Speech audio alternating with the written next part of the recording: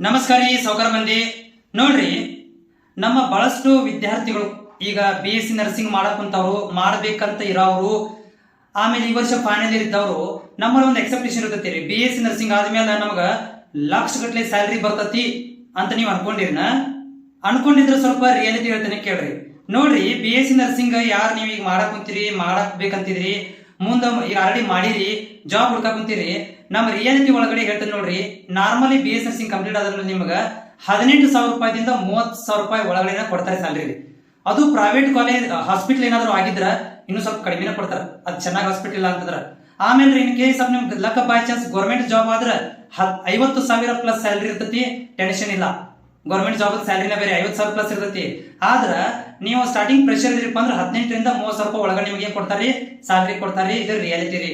ಆಮೇಲೆ ನೋಡ್ರಿ, ನೀವೇನಾದ್ರೂ ಹೆಚ್ಚಿಗೆ ಎಕ್ಸ್ಪೀರಿಯನ್ಸ್ ICU ಒಳಗಡೆ, OT ಒಳಗಡೆ, ಅಬ್ರಾಡ್ ಕಡೆ ಹೋಗ್ತೇನೆ ಅಂತಂದ್ರೆ ನಿಮ್ಗೆ ಏನಾಗ್ತತಿ, ಒಳ್ಳೆ ಇನ್ಕಮ್ ಐತಿ, ಒಳ್ಳೆ ಸ್ಯಾಲ್ರಿ, ಒಳ್ಳೆ ಇನ್ಕಮ್ ಆಗ್ತತಿ.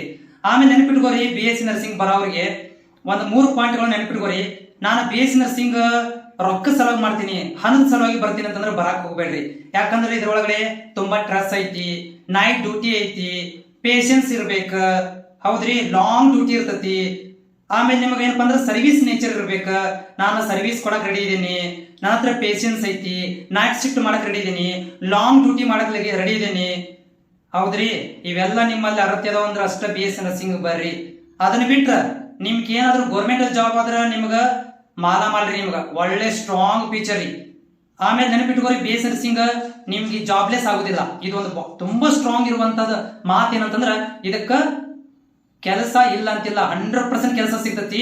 ಅಬ್ರಾಡ್ಗೆ ಫಾರಿನಿಗೆ ಹೋಗ್ತೀನಪ್ಪ ಅಂತಂದ್ರ ನಿಮ್ಮಷ್ಟ ಲಕ್ಪತಿನ ಯಾರಿಲ್ಲ, ಮಾಲಾಮಾಲ್ ನಿಮ್ಗೆ ರೊಕ್ಕ. ಆದ್ರ ಅದನ್ನ ಬಿಟ್ರ ಕರ್ನಾಟಕದಾಗ ಅಥವಾ ಇಂಡಿಯಾದಾಗ ಪ್ರೈವೇಟ್ ನಾಗ ಇರ್ತೀನಪ್ಪ ಅಂತಂದ್ರ ಸ್ವಲ್ಪ ಸ್ಟ್ರಾಂಗ್ ಆಗಿ ನೀವು ಬರ್ಬೇಕ್ರಿ. ಆಮೇಲೆ ನಾನು ಇನ್ನೊಂದು ಮಾತು ಹೇಳುದು ಮರ್ತು ಬಿಟ್ರಿ. ನೋಡ್ರಿ, ಇದು ಎಲ್ಲರಿಗೂ ಅನುಭವ ಆಗುದಿಲ್ರಿ. ಒಬ್ಬೊಬ್ರು ಅಬ್ರಾಡ್ನಾಗ ಅದಾರ, ಅವ್ರನ್ನ ಕಾಮೆಂಟ್ ಹಾಕ್ಬೋದ, ಅಥವಾ ಆಲ್ರೆಡಿ ನೀವು 10 ವರ್ಷ ಎಕ್ಸ್ಪೀರಿಯನ್ಸ್ ಇದ್ರಿ, ನೀವು ತಮ್ಮರನ್ನ ಕಾಮೆಂಟ್ ಹಾಕ್ಬೋದ. ಏನಂತ ಹೇಳಿ, ನಾನು ಈಗ 1,00,000 ರೂಪಾಯಿ ತಗೊಂತಾರೆ ಅಂತ ಹೇಳಿ ಎಲ್ಲರಿಗೂ ಹಣೆ ಬರ ಸೇಮ್ ಇರೋಂಗಲ್ಲ.